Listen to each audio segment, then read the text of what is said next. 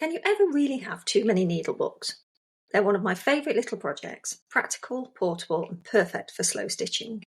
In this video, I'll walk you through how I made this sweet hand-sewn little needle book using some vintage quilt scraps. It's beginner friendly, easy to customise and a lovely way to use treasured fabric pieces. Step 1 is washing and prepping the fabric.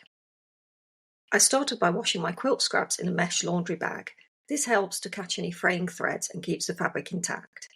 Once dry, I trimmed away any loose fibres and gave them a quick once over with a lint roller. Step 2. Cutting the base. Each square of fabric I used measured around 19 to 21 centimetres.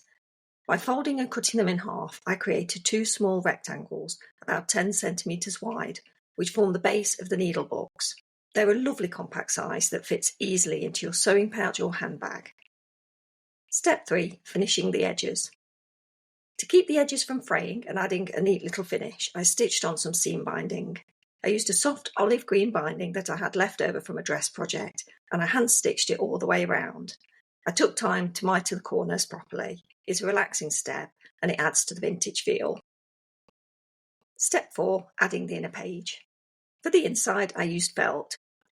Cut your felt to be slightly smaller than the open book.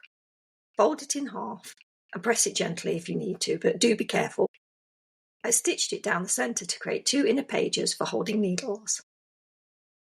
Step 5. Add optional pockets. I like to add a little pocket to hold my needle threader or a few small buttons. These are just scraps of fabric with a pinked top edge, and then I sew it in with a simple running stitch.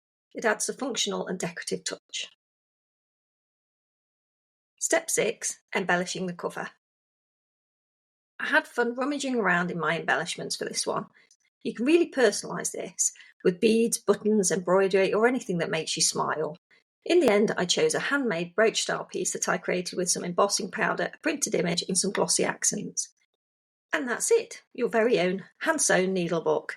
It's a gentle project that makes a thoughtful gift or a useful addition to your sewing kit.